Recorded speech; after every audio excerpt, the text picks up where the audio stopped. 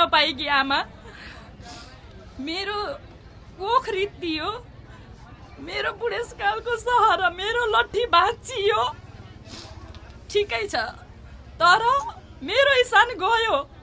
मेरो यहाँ भएका लाखौं इसान मर्न भएन।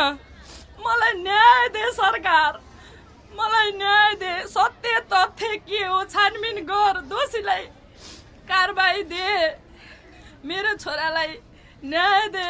म सबै सहारा बिन भएकी आमालाई न्याय दे प्रभु। म यति भन्छु। पौडेल, मेरो छोराको हत्याको विषयलाई उठान गर्न आउनुभएको चरणमा अनुसन्धानमा त्यही टिनेजर फ्याक्टर नै तानियो सोधपुछको लागि। त्यो हुनाले त्यसपछि चाहिँ एकजना पनि उसको लेभलको साथी चाहिँ अहिलेसम्म हाम्रो सम्पर्कमा आएर हामीलाई सहानुभूति दिने पनि आँट गरेका छैनन्। या त गार्जेनहरूले रोक्नु भएको छ, तिमीहरू पनि फस्न सक्छौ या के गर्न सक्छौ भन्ने कारणले पनि रोक्नु भएको छ, या त उनीहरू आँटै गरेका छैनन्। एकजना आएको अवस्था होइन। यो घटनाभन्दा पहिला उसको कुनै केटी साथीको विषयमा झगडा भयो भन्ने कुरा हामीलाई अवगत थिएन पहिला। यही घटनाक्रमले त्यो पनि कतै कतै जोड्यो।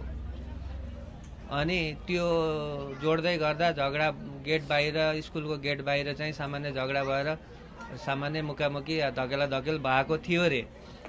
अनि त्यही विषयलाई लिएर अनि तँलाई मारिदिन्छु पख तँलाई भन्ने खालको शब्द पनि प्रयोग गरेका थियो रे भन्न सुन्नमा आएको थियो। तर प्रहरीले अनुसन्धानमा उनीहरूलाई तानेर 5-6 दिन बयान लिएको छ। त्यो थप जानकारी चाहिँ प्रहरीले नै पाएको हुनुपर्छ सर। केही हामीलाई थप जानकारी केही दिएको छैन।